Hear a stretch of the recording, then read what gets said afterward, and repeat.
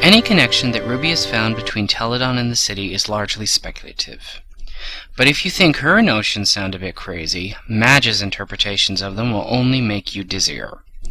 She is, after all, not all there. Some parts are still missing, and I mean, after all, Merle literally threw her together so we could film our first Cavern Players movie, The Phantom and the Bot. You know, Madge and I have done a few podcasts together. It's always a fiasco. I mean, during the last radio program we did for the Cavern Today, she nearly burned down Douglas Sharper's office. She turned on that Christmas tree after breaking all the Christmas tree lights. I can still hear the roar of that fire truck engine in my sensitive ears. In between the lines of all the nonsense, you will rarely see some sense. Miss Ruby has kept the results of her surface experiments in Teledahn a mystery up until today. I can explain with my very detailed diagram what she is trying to prove. It is this. For years, there was no way out of the city. Those guilds of maintainers were always trying to put the kibosh on this or that drilling up project. It was dark, damp, and sooty in the cavern until some enterprising cavern dweller figured out a way to bring the delicious and healthful spore of the Teledahn mushroom to be baked into a loaf of bread.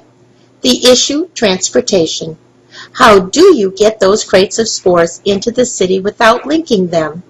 Linking could cause a lot of loss of nutrient. Solution. Bring in the hot air balloons and boats from the ferry dock. Still don't understand the problem? Well, Teledahn is an age, or so everybody thinks.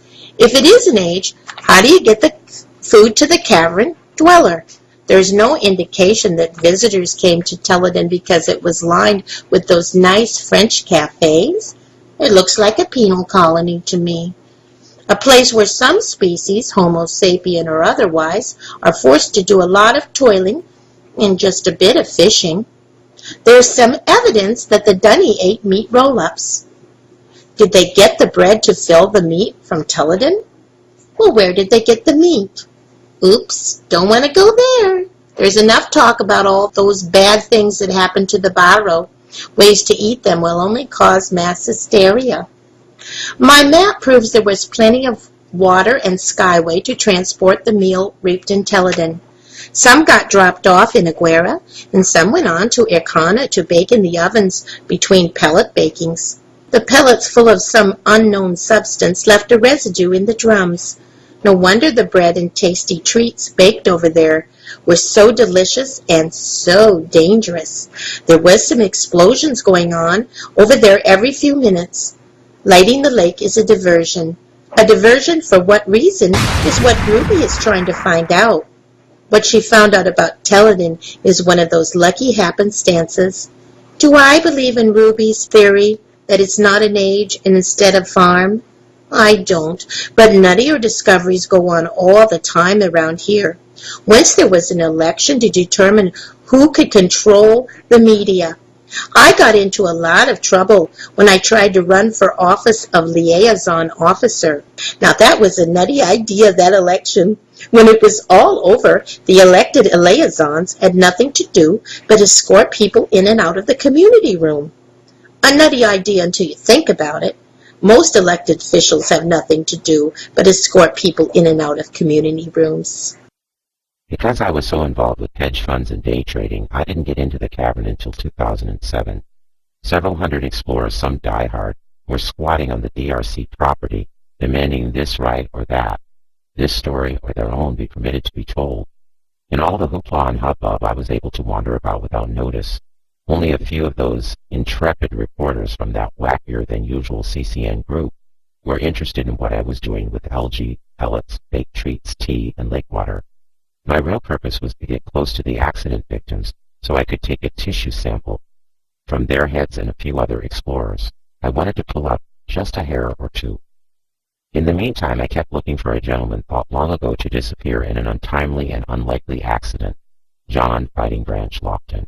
I needed to find out if he was related to a former employer of mine, an author of surreal factoids, and the owner of the biggest carrot, a Route 66 attraction, located on the other side of the tracks, in a section of Lake Arthur, New Mexico.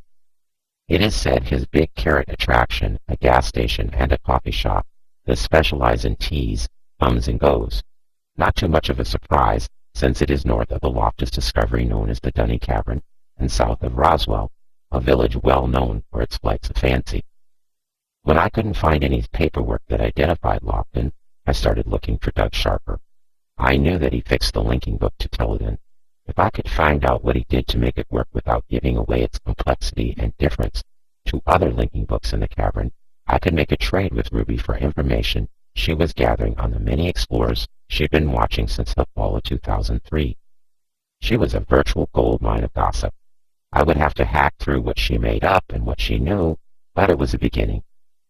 Investors were counting on me to find out whether certain explorers were descendants of the Dunny, or whether there was an environmental factor that accounted for their devotion to a cause that kept getting shelved. My investors needed to understand how deep this devotion went. Were they Dunny, or were they freed by the Dunny story? And how could we weed the latter out? Douglas Sharper never talked about his knowledge of slave trading with other restorationists like Dr. Richard Watson. He learned that he could, without the consent of the DRC, do what he wanted. It was Sharper who named the sea monster Shroomy.